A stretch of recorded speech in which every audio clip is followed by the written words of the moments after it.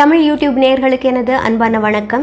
இன்றைக்கு காணொளியில் நம்ம பார்க்க போகிறது மாணிக்கவாசக பெருமானி 8ஆம் திருமுறையில் அமைந்துள்ள திருவாசகத்தின் ஒரு பகுதியாகிய போற்றி திரு அகவல்ல 2ஆம் பகுதி 91வது அடியிலிருந்து பார்க்க போகிறோம். நாம் நேரடியாக பாடலுக்கு போயிடலாம். கூடல் இலங்கு குருமணி போற்றி, தென் தில்லை மன்றினுள் ஆடி போற்றி, இன்று எனக்கு ஆரமுது ஆனாய் போற்றி, மூவா நான்மறை முதல்வா போற்றி, சேவார் வெல்கொடி சிவனே போற்றி. கூடல் இலங்கு குருமணி போற்றி. இங்கே கூடல் அப்படின்னு சொல்லப்படுறது மதுரை. மதுரைக்கு பக்கத்தில் தான் திருப்பெருந்துறை இருந்தது. திருப்பெருந்துறையில் தான் மாணிக்கவாசக பெருமானுக்கு அவர் குருவடிவாக அருள் புரிந்தார். யார்? சிவபெருமான். அதனால் கூடல் இலங்கு குருமணி போற்றி அப்படிங்கிறாரு. அதாவது மணி போன்ற எனக்கு குருவானவரே போற்றி அப்படின்னு அவரை வணக்கம். போற்றி போற்றி என்பதற்கு வணக்கம் அப்படிங்கிறது பொருள். தென் தில்லை மன்றினுள் ஆடி போற்றி. தென் தில்லை, தில்லை அம்பலத்தில், மன்று என்றால் அம்பலம், மன்றினுள் ஆடி போற்றி, ஆடுகிறவனே வணக்கம். இன்று எனக்கு ஆரமுதானாய் போற்றி. இன்று எனக்கு ஆரமுது, தெவிட்டாத அமுதம் போன்றவனே, அப்படி அமுதமாக ஆனவனே போற்றி. மூவா நான்மறை முதல்வா போற்றி. மூவா அப்படின்னா அழியாத, கெடாத அப்படின்ற பொருள். அப்படிப்பட்ட நான்மறை, 4 வேதங்களை அவற்றுக்கு முதல்வனாக விளங்குகின்றவனே போற்றி. சேவார் வெல்கொடி சிவனே போற்றி. இங்கே சேவார் அப்படின்னா ரிஷபம் பொருந்திய கொடியை குறிப்பிடுகிறாரு. ஆர் என்பது பொருந்திய, சே என்பது இங்கே ரிஷபத்தை, காளையை குறிக்கிறது. இறைவனுடைய சிவபெருமானுடைய கொடியானது அறக்கொடி, அறம் அப்படின்னு சொல்கிறது. அங்கே சேவார் வெல்கொடி அப்படிங்கிறது ரிஷபம் பொருந்திய வெல்லுகின்ற இறைவனுடைய கொடி. அப்படிப்பட்ட கொடியை உடைய சிவனே வணக்கம் போற்றி அப்படிங்கிறாரு. மின்னார் உருவ விகிர்தா போற்றி, கல் நார் உரித்த கனியே போற்றி, காவாய் கனக குன்றே போற்றி, ஆ ஆ என்றனுக்கு அருளாய் போற்றி, படைப்பாய் காப்பாய் துடைப்பாய் போற்றி. மின்னார் உருவ விகிர்தா போற்றி அப்படின்னா மின்னலை போன்று ஒளி பொருந்திய உருவத்தை உடைய. விகிர்தா அப்படின்னா வேறுபாடு உடையவன், வேறுபாடு உடைய பல குணங்களை உடையவன் அப்படிங்கிற பொருள். உடையவனே போற்றி. கல்நார் உரித்த கனியே போற்றி. கல்லிலே நாரை உரிப்பது போல என்னுடைய மனதை உரித்து அதிலே அன்பு என்பதை எழச் செய்தவனே, கல்நார் உரித்த கனியே போற்றி. அதாவது நாராகிய அன்பை வெளிப்படுத்த செய்தவனே அப்படின்னு சொல்லி, அப்படிப்பட்ட கனி போன்றவனே போற்றி அப்படிங்கிறாரு. காவாய் கனக குன்றே போற்றி, எங்களை காப்பாற்றுவாய். கனக குன்றேனா பொன்மலை போன்றவனே போற்றி, வணக்கம் அப்படிங்கிறாரு. ஆ ஆ என்றனுக்கு அருளாய் போற்றி. ஆ ஆ, ஐயோ இவன் இரக்கத்துக்கு உரியவன் அப்படின்னு சொல்லி எனக்கு அருள் செய்தவனே போற்றி. படைப்பாய் காப்பாய் துடைப்பாய் போற்றி. படைக்கின்றவனே, காக்கின்றவனே, அழிக்கின்றவனே போற்றி, வணக்கம் அப்படிங்கிறாரு. அடுத்த வரிகளை பார்க்கலாம். இடரை கழையும் எந்தாய் போற்றி, ஈச போற்றி, இறைவா போற்றி, தேச பழிங்கின் திரளே போற்றி, அரைசே போற்றி, அமுதே போற்றி, விரைசேர் சரண விகிர்தா போற்றி. இடரை களையும் எந்தாய், எங்களுடைய துன்பத்தை எல்லாம் களையக்கூடிய தாய் போன்றவனே வணக்கம். ஈச போற்றி, ஈசனே வணக்கம். ஈசன் அப்படின்னா இறைவன், தலைவன் அப்படிங்கிற பொருள். இறைவா போற்றி, இறைவன் என்றால் எங்கும் நிறைந்தவன் அப்படிங்கிற பொருள். எங்கும் நிறைந்தவனே வணக்கம். தேசப்பழிங்கின் திரளே போற்றி. தேசம் என்றால் இங்கே ஒளியை குறிக்கிறது. ஒளி பொருந்திய, பளிங்கிலே ஒளி இருந்தால் அது ஒளிப்பழிங்கின் திரள், குவியல் போன்றவனே போற்றி. அரைசே போற்றி, அரசனே போற்றி அப்படிங்கிறாரு. அமுதே போற்றி, அமுதமானவனே வணக்கம். விரைசேர் சரண விகிர்தா போற்றி. விரைனா மலர்களில் மனம் இருக்கும் இல்லையா, இங்கே விரை என்றால் மனம், இங்கே மலர்களை குறிக்கிறது. மனம் பொருந்திய மலர்கள் சார்ந்த சரணம் என்றால் திருவடிகளை உடையவனே. விகிர்தா போற்றி, பல வேறுபாடுகளை உடையவனே வணக்கம் அப்படிங்கிறாரு.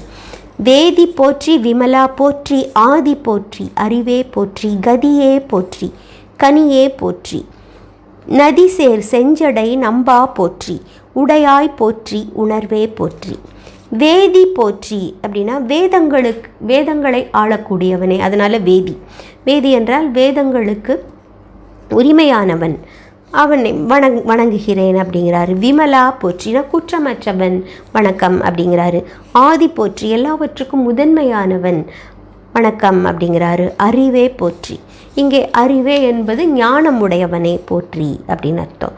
கதியே போற்றி, எங்கள் அனைவருக்கும் நீயே இறுதியான வழியாக இருக்கின்றாய் என்பதனால கதியே போற்றி. கனியே போற்றி, கனி அருள் மிகுந்த கனி போன்றவனே போற்றி.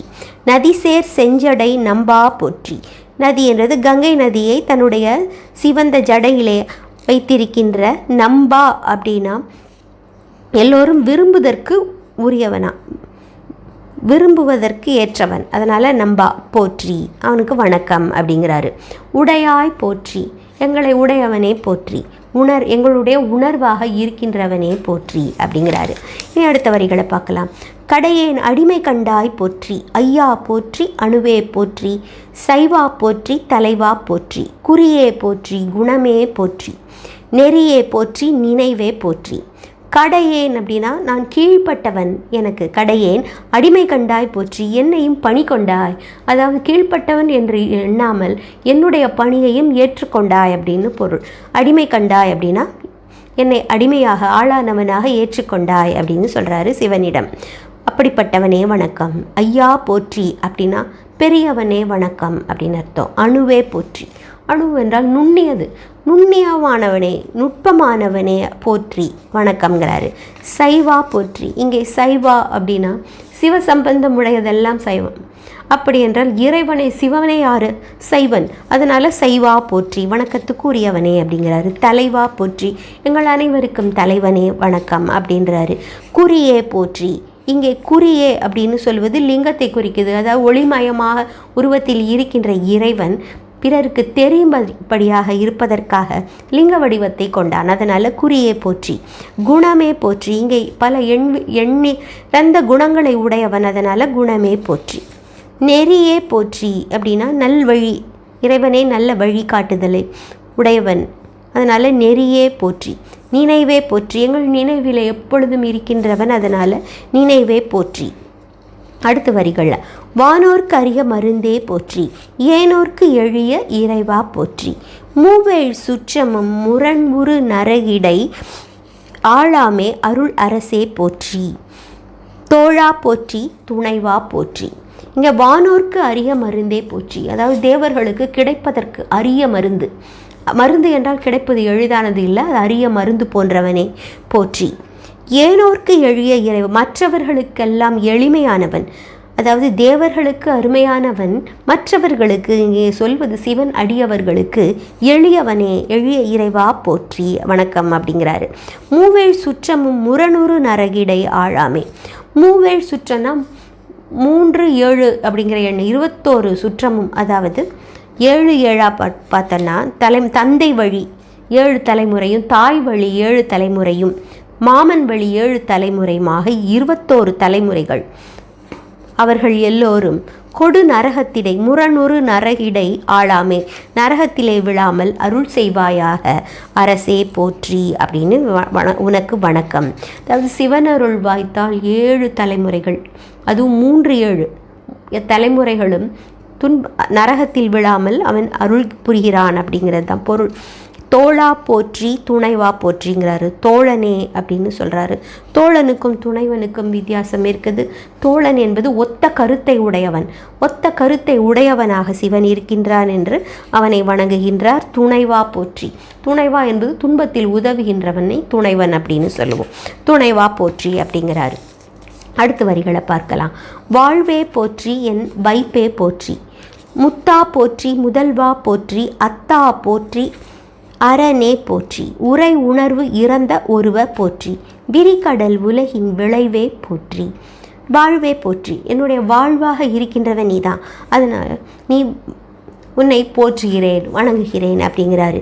என் வைப்பே போற்றி அப்படின்னா வைப்பு என்பது நிதி, நம்முடைய செல்வ குவியலாக இருக்கின்றவன் இறைவன்கிறதுனால என்னுடைய வைப்பு நிதியே வணக்கம் அப்படிங்கிறாரு. முத்தா போற்றி, முத்தன் என்றால் பாசங்களை அறுக்கக்கூடியவன், அறுக்கக்கூடிய இறைவனே வணக்கம் அப்படிங்கிறாரு. முதல்வா போற்றி, அனைத்திற்கும் முதன்மையானவனே வணக்கம் அப்படிங்கிறாரு. அத்தா போற்றி, அத்தா என்றால் தந்தை, தந்தையே வணக்கம். அரணே போற்றி. அரண் அப்படின்னா பாசத்தை அழிப்பவன் அப்படிங்கிறதான் அர்த்தம். அரண் என்றார். அரணே போற்றி. உரை உணர்வு இறந்த ஒருவ போற்றி.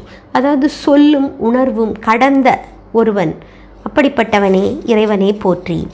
விரிகடல் உலகினின் விளைவே போற்றி. கடல் சூழ்ந்த இந்த நில உலகத்தின் பயனாக இருக்கின்றவனே உனக்கு வணக்கம்.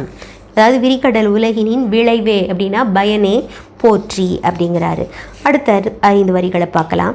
அருமையில் எழிய அழகே போற்றி. கருமுகிலாகிய கண்ணே போற்றி. மன்னிய திருவருள் மலையே போற்றி. என்னையும் ஒருவனாக்கி இருங்கழல் சென்னியில் வைத்த சேவக போற்றி. அருமையில் எழிய அழகே போற்றி அப்படின்னா கிடைத்தற்கு அரியவனான அந்த இறைவன், அதிலையும் அவன் எளிமையானவனாக இருக்கின்றது ஒரு அழகு அப்படின்றதுனால அருமையின் எளிய அழகே போற்றி அப்படிங்கிற வணக்கம் அப்படிங்கிறாரு. கருமுகிலாகிய கண்ணே போற்றி. கருமுகில் எப்படி கருமுகிலானது மழை பொழிந்து உலகம் வாழச் செய்யுமோ அதே போல இறைவன் அருள், அதன் காரணமாக உலகில் உள்ள உயிர்கள் வாழ்கின்றன. அதனால் கருமுகிலாகிய கண்ணே போற்றி. எங்களுடைய கண் போன்றவனே வணக்கம். மன்னிய திருவருள் மலையே போற்றி. அது நிலை பெற்ற, மன்னிய என்றால் நிலை பெற்ற, திருவருளே மலையாக உள்ளவனே போற்றி. என்னையும் ஒருவனாக்கி, என்னையும் அதாவது இங்கே என்னையும் அப்படின்னு சொல்கிறது நான் கடையவன், என்னையும் ஒருவனாக்கி இருங்கழல் சென்னியில் வைத்த, இருங்கழல் உறுதியான திருவடிகளை சென்னியில் வைத்த, என்னுடைய தலையிலே வைத்த சேவக போற்றி. வீரனே போற்றி, உனக்கு வணக்கம் அப்படிங்கிறார். தொழுதகை துன்பம் துடைப்பாய் போற்றி. அழிவிலா ஆனந்த வாரி போற்றி. அழிவதும் ஆவதும் கடந்தாய் போற்றி. முழுவதும் இறந்த முதல்வா போற்றி. மான்னேர் நோக்கி மணாளா போற்றி. தொழுதகை துன்பம் துடைப்பாய் போற்றி. தொழுதகை அப்படின்னா அவனை வணங்குகின்ற கையிலே உடையவர்களுடைய துன்பத்தை துடைக்கின்றவனே வணக்கம். அழிவிலா ஆனந்தவாரி போற்றி அப்படின்னா அழிவே இல்லாத ஆனந்தத்தின் கடல் போன்றவனே வணக்கம். அழிவதும் ஆவதும் கடந்தாய். ஆனால் இறைவன் அழிப்பதும் ஆக்குவதும் அவன் செயலாக இருந்த போதிலும் அவன் அழிவதும் ஆவதுமா செயலிலிருந்து கடந்தவன் அப்படின்னு சொல்கிறாரு. அவனுக்கு வணக்கம். முழுவதும் இறந்த முதல்வா, எல்லாவற்றையும் கடந்தவன், அதனால் முழுவதும் இறந்த முதல்வா போற்றி, உனக்கு வணக்கம். மான்னேர் நோக்கி மணாளா போற்றி. மான்னேர் நோக்கி அப்படின்னா மானை போன்ற விழிகளை உடைய உமாதேவியின் மணாளா, மணவாளனே கணவனே போற்றி, உனக்கு வணக்கம் அப்படிங்கிறாரு. அடுத்த 5 வரிகளை பார்க்கலாம். வானகத்து அமரர் தாயே போற்றி. பாரிடை 5ஆய் பறந்தாய் போற்றி. நீரிடை 4ஆய் நிகழ்ந்தாய் போற்றி. தீயிடை 3ஆய் திகழ்ந்தாய் போற்றி. வழியிடை 2ஆய் மகிழ்ந்தாய் போற்றி. வானகத்து அமரர் தாயே போற்றி. வானகத்திலே இருக்கின்ற தேவர்களுக்கு தாய் போன்றவனே உனக்கு வணக்கம். பாரிடை 5ஆய் பறந்தாய். இந்த உலகம் நில உலகத்திலே 5 தன்மை உடையவனாக இருக்கின்றாய், உனக்கு வணக்கம் அப்படிங்கிறாரு. இங்கே இதைத்தான் நம்ம சொல்லணும். என்னென்னா ஐம்பெரும் பூதம் அப்படின்னு சொல்கிறோம். நிலம், நீர், தீ, வழி, அதாவது காற்று, ஆகாயம், இவை 5 பூதங்கள் அப்படின்னு சொல்லப்படுகிறது. இதிலே 5 புலன்களின் தன்மையை அடங்கி இருக்குது. 5 புலன்கள் என மெய்வாய், கண், மூக்கு, செவி அப்படின்னு சொல்கிறோம். அதில் அவற்றுக்கு உரியன என்ன அப்படின்னா ஓசை, ஊறு, ஒளி, சுவை, நாற்றம், இத்தனையும். இதில் பார் அப்படின்னு சொல்கிறது நிலத்தை குறிக்குது. நிலத்திலே 5 தன்மைகளும் இருக்குமா. அதாவது நிலத்திலே ஓசை இருக்கும், ஊறு அப்படின்னா உணர்ச்சி, அதாவது ஸ்பரிசம் அது இருக்கும், ஒளி இருக்கும், சுவை இருக்கும், நாற்றம் என்றால் மனம் இருக்கும். நிலத்திலே எத்தனையும் இருக்கும். நீரிடை 4ஆய் நிகழ்ந்தாய் போற்றி. ஆனால் நீரிலே 4 தான் இருக்குது, நாற்றம் கிடையாது, மீதியெல்லாம் இருக்கும். தீயிடை 3ஆய் திகழ்ந்தாய் போற்றி. தீயிலே ஒளி, ஊறு, ஓசை, இந்த 3 மட்டும் இருக்கும், சுவையும் நாற்றமும் இருக்காது நீரிலே. அதனால் 3ஆய் திகழ்ந்தாய்ங்கிறாரு. வழியிடை 2ஆய் மகிழ்ந்தாய் போற்றி. காற்றிலே 2 தான் இருக்கும், ஓசையும் ஊரும். காற்றிலே ஓசை இருக்கும், தொடுவதை உணர முடியும், அதில் ஒளியோ சுவையோ நாற்றமோ இருக்காது. வெளியிடை 1ஆய் விளைந்தாய் போற்றி. வெளி என்பது ஆகாயம், ஆகாயத்தில் ஒன்றே ஒன்று தான், ஓசை மட்டும்தான் இருக்கும், அப்படி விளைந்தாய் போற்றி அப்படின்னு சொல்கிறாரு. இனி அடுத்த வரிகளை பார்க்கலாம். அழிபவர் உள்ளத்து அமுதே போற்றி, கனவிலும் தேவர்க்கு அறியாய் போற்றி, நனவிலும் நாயேற்கு அருளினை போற்றி, இடைமருது உரையும் எந்தாய் போற்றி. அழிபவர் உள்ளத்து அமுதே போற்றி. அழிபவர்னா கனிந்தவர்கள், உள்ளம் கனிந்து இறைவனை நினைக்கின்றார்கள் இல்லையா, அவர்களுடைய உள்ளத்துக்கு அமுதம் போன்றவனாம் இறைவன். அவர்களுடைய உள்ளத்து அமுதே வணக்கம் அப்படிங்கிறாரு. கனவிலும் தேவர்க்கு அறியாய் போற்றி. கனவில் கூட தேவர்களுக்கு அரியவன் தானா, அவர்கள் அடைய முடியாத அரியவன் தேவர்களுக்கு, போற்றி உனக்கு வணக்கம். ஆனால் நனவிலும் நாயேற்கு அருளினை போற்றி. எனக்கு கனவிலும் அவர்களுக்கு அடைய முடியாத நீ நனவில நிஜத்திலே நாயேற்கு, நாய் போன்ற எங்களுக்கு அருளினாய், எனக்கு அருள் புரிந்தாய், உனக்கு வணக்கம் அப்படின்றாரு. இடைமருது உரையும் எந்தாய் போற்றி. இடைமருது அப்படிங்கிறது திருவிடைமருதூர் அப்படின்னு சொல்லப்படுகின்ற இடம். அங்கே வாழ்கின்ற என்னுடைய தாய் போன்றவனே வணக்கம் அப்படிங்கிறாரு. இந்த திருவிடைமருதூரில் பாண்டியன் வரகுண பாண்டியனுக்கு பிரம்மஹத்தி தோஷத்திலிருந்து இறைவன் சிவபெருமான் அவனை காப்பாற்றினார். இந்த கோவிலில் ஒரு வழியாக அந்த வரகுண பாண்டியன் இறைவனை சென்று வணங்குகிறான். அப்போது வெளியிலே பிரம்மஹத்தி காத்து கொண்டிருக்கிறது, அவனை வேறு வழியாக சொல்கிறார் இறைவன். அவ்வாறு அவனுக்கு அருள் புரிந்தார். அதனால் திருவிடை மருதூர் தலபுராணம் அதுதான். அது இந்த திருவிடை மருதூரிலே உரையும் என் தாய் போற்றி வணக்கம் அப்படிங்கிறாரு. அடுத்த வரிகளை பார்க்கலாம். சடை இடை கங்கை தரித்தாய் போற்றி, ஆரூர் அமர்ந்த அரசே போற்றி, சீரார் திருவையாரா போற்றி, அண்ணாமலை எம் அண்ணா போற்றி, கண்ணார் அமுத கடலே போற்றி. ஜடையிடை கங்கை தரித்தாய் போற்றி. உன்னுடைய ஜடாமுடியிலே கங்கையை அணிந்து கொண்டாய், அப்படிப்பட்டவனே போற்றி வணக்கம். ஆரூர் அமர்ந்த அரசே போற்றி. திருவாரூரில் குடிகொண்ட அரசனே வணக்கம். திருவாரூர் இறைவன் பெயர் தியாகராஜன், அதனால் அரசன் அப்படின்னு சொல்லிட்டார். சீரார் திருவையாரா போற்றி. சீர்மிகுந்த திருவையாறில் அமர்ந்தவனே வணக்கம். அண்ணாமலையும் அண்ணா போற்றி. அண்ணாமலை திருவண்ணாமலையில் இருக்கின்ற எம் அண்ணலே வணக்கம். கண்ணார் அமுத கடலே போற்றி. கண்ணார் அமுத அப்படின்னா கண்களால் காண்பதற்கு அமுதம் போன்றவனே வணக்கம் அப்படின்னு சொல்கிறாரு. முந்தி சொல்லும் பொழுது ஜோதி வடிவமாக இருக்கிற இறைவன் அண்ணாமலையம் அண்ணான்னு சொன்னார். ஆனால் அவனை கண்ணால் காண முடியுமாம், அதனால் கண்ணார் அமுத கடலே என்கிறார் அடுத்த வரியில். அடுத்து பார்க்கலாம். ஏகம்பத்து உரை எந்தாய் போற்றி, பாகம் பெண் உரு ஆனாய் போற்றி, பராய்த்துறை மேவிய பரனே போற்றி, சிராப்பள்ளி மேவிய சிவனே போற்றி, மற்றுவோர் பற்று இங்கு அறியேன் போற்றி. இங்கே ஏகம்பத்து உரை எந்தாய் போற்றி. திருவேகம்பம் அப்படிங்கிற இடம், அந்த இடத்திலே உரைகின்ற எனக்கு தாய் போன்றவனே வணக்கம். இங்கே ஏகம்பம் அப்படிங்கிற இடத்துல தான் உமாதேவி இறைவனை குறித்து தவம் செய்கிறாள். அங்கே வெள்ளம் வர அந்த வெள்ளத்திலிருந்து இறைவன் அவளை காப்பாற்றுகிறார். லிங்க வடிவாக அவள் இறைவனை வணங்க அவரை தழுவிக்கொள்கிறாள். அங்கே லிங்கம் கரைந்து விடும் என்று அவரை தழுவிக்கொள்கிறாள். இங்கே தழுவ குலைந்த நாதர் என்பது இறைவனின் பெயர். அதனால் உமாதேவி தவம் செய்த இடம்தான் இந்த ஏகம்பம். அங்கே உரைகின்ற என் தாய் போன்றவனே, என் தாயே வணக்கம் அப்படின்னு சொல்லிட்டு அடுத்த வரிகளில் உமாதேவியை பற்றி பேசினதுனால பாகம் பெண் உரு ஆனாய் போற்றி. ஒரு பாகத்தில் பெண் உருவத்தை கொண்டவனே வணக்கம் அப்படிங்கிறாரு. பராய்த்துறை மேவிய பரனே போற்றி. பராய்த்துறை திருப்பராய்த்துறை இடத்துல வாழ்கின்ற பரனே மேலானவனே வணக்கம் அப்படிங்கிறாரு.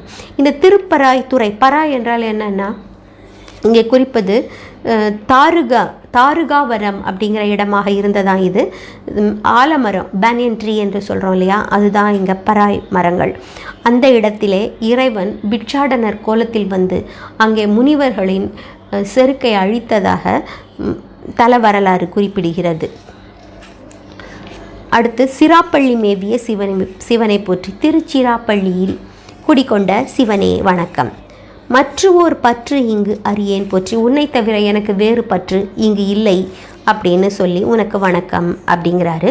அடுத்து குற்றாலத்து எம் கூத்தா போற்றி, கோகழி மேவிய கோவே போற்றி, ஈங்கோய் மலை எந்தாய் போற்றி, பாங்கார் பழனத்து அழகா போற்றி, கடம்பூர் மேவிய விடங்கா போற்றி, குற்றாலத்து எம் கூத்தா போற்றி.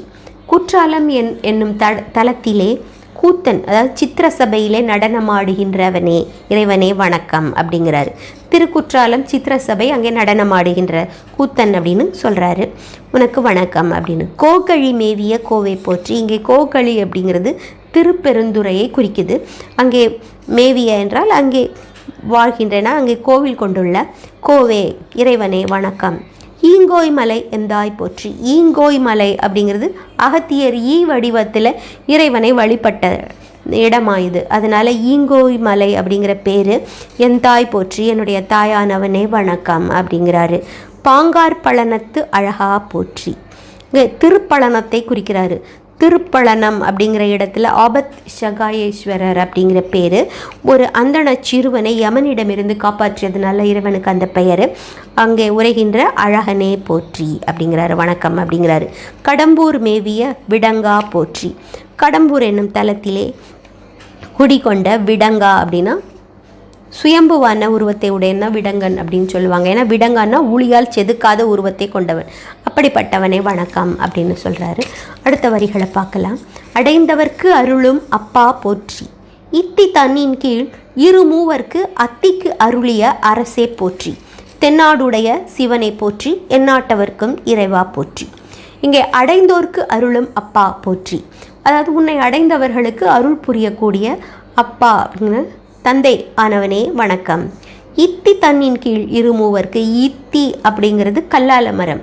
அந்த கல்லால மரத்திலே இருமூவர்க்கு அப்படின்னா 6 பேருக்கு, கார்த்திகை பெண்கள் 6 பேருக்கும் இறைவன் அஷ்டமா சித்தி அருளினார்.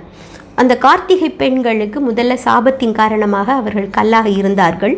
அதற்கு பிறகு இறைவன் அருளால் அவர்களுக்கு அஷ்டமா சித்தியை அவர் அறிவுறுத்த அவர்களுக்கு சாபம் நீங்கியது. அதற்கு அருள் புரிந்தவன்.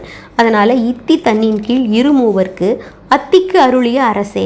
அத்தி அப்படிங்கிறது இந்திரனுடைய ஐராவத யானையை குறிக்குது. இது மதுரை நடந்த ஒரு திருவிளையாடலை குறிக்குது. ஏன்னா அந்த யானையானது சாபம் நீங்கிய படலம் அப்படின்றது வரும். அந்த அத்திக்கு அருளிய அரசனே வணக்கம் அப்படிங்கிறாரு. தென்னாடுடைய சிவனை போற்றி.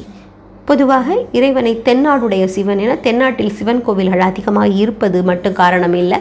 மதுரையை ஆண்ட அரசன் மீனாட்சி அம்மையின் கணவன் அப்படிங்கிறதுனால தென்னாடுடைய சிவனே அப்படின்னு சொல்வதுண்டு. அவருக்கு வணக்கம் அப்படிங்கிறாரு. எந்நாட்டவர்க்கும், ஆனால் எந்நாட்டவர்களுக்கும் நீயே இறைவன் அப்படிங்கிறாரு. இந்த வரிகள் தென்னாடுடைய சிவனை போற்றி, எந்நாட்டவர்க்கும் இறைவா போற்றி என்பது போற்றி திரு அகவலில் வருவது தான். இதை நம்ம எல்லோரும் சொல்ல கேட்டிருப்போம். அடுத்த வரிகளை பார்க்கலாம். ஏன குருளைக்கு அருளினை போற்றி. மானக்கையிலை மலையாய் போற்றி. அருளிட வேண்டும் அம்மான் போற்றி. இருள் கெட அருளும் இறைவா போற்றி. தளர்ந்தேன் அடியேன் தமியேன் போற்றி. ஏனக்குருளைக்கு அருளினை போற்றி. இது ஒரு திருவிளையாடல். ஒரு பன்றி குட்டிக்கு பால் கொடுத்து அருள் புரிந்தார். அதாவது தாயை இழந்த பன்றி குட்டிகள் பசியால் துடித்ததை கண்டு மனம் இறங்கி அவர்களுக்கு பால் கொடுத்து அருளினார் அப்படிங்கிறது ஒரு திருவிளையாடல். மானக்கையிலை மலையாய் போற்றி. உயர்ந்த கையிலை மலையில் உரைபவனே வணக்கம் அப்படிங்கிறாங்க. அருளிட வேண்டும் அம்மான் போற்றி. எங்களுக்கு அருள் புரிய வேண்டும் தலைவனே அம்மான் போற்றி வணக்கம் அப்படிங்கிறாரு. இருள் கெட அருளும் இறைவா போற்றி. அதாவது மனதின் இருள் நீங்கி ஞானம் பெற அருள் புரிகின்ற இறைவனே வணக்கம். தளர்ந்தேன் அடியேன் தமியேன். நான் உன்னை வணங்கி வணங்கி தளர்ந்தேன், இன்னும் நீ எனக்கு அருள் புரியவில்லை. அடியேன், உனக்கு அடியவன் நான். தமியேன், தனிமையாய் இருக்கின்றேன், எனக்கு நீ அருள் புரிவாயாக, உனக்கு வணக்கம் அப்படின்னு சொல்கிறாரு. இன்றைக்கு 91வது அடியிலிருந்து 170 வரைக்கும் போற்றி திரு அகவல் பகுதியை நாம் பார்த்தோம். நாம் அடுத்த பகுதியை அடுத்த காணொளியில் பார்க்கலாம். திருச்சிற்றம்பலம். நாம் மேலும் தமிழோடு பயணம் செய்யலாம். வணக்கம். நன்றி. ராஜி.